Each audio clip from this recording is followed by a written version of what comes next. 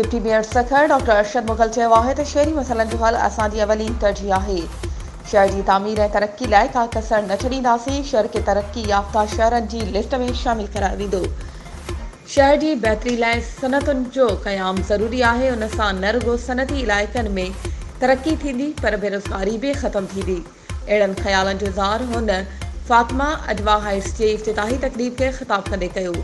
उन मौक़े ते मलिक हमीद, मुन्ना भाई उर्फ़ शफ़ीक, हाजी शबीर, अली हसन मंगी ऐं ॿिया पिणु मौजूदु हुआ।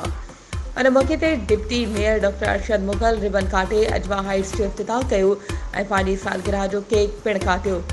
इन खां अॻु डिप्टी मेयर खे अजरक ऐं टोपी जा तोहफ़ा पेश कया विया।